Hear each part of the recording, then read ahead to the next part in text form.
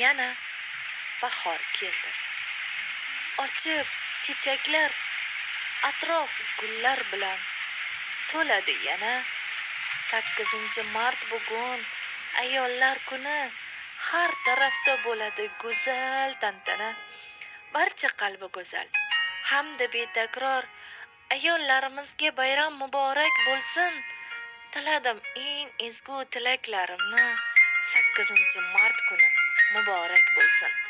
Biringiz opamsiz, biringiz singlim, biringiz bo'lasiz menga dugona. Sinovlar kelganda hech qoqilmasdan yenga olgandirsiz turib mardona. Go'zal va samimiy mehribon bir zot arziydi dunyodagi barcha sovg'aga. Tunlari parvona bo'lgan insonim, bayram muborak bo'lsin. Mehribon onam, munis onajonlar hamda ayollar farzandlari uchun jonini bergan barcha qalbi go'zal ayollarimiz, bahor ayyomingiz muborak bo'lsin.